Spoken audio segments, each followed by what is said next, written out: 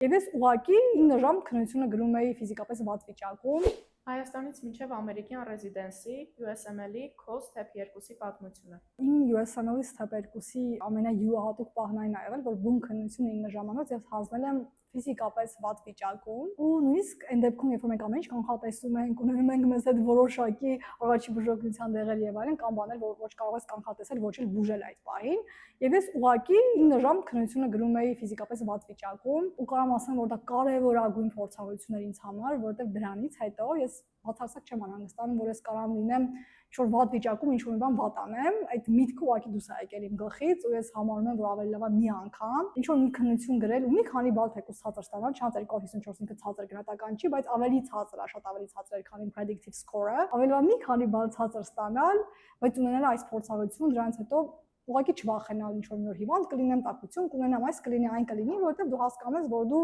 նույնիսկ այդ իրավիճակում անելու ես ու ստանալու ես շատ լավ արդյունքներ։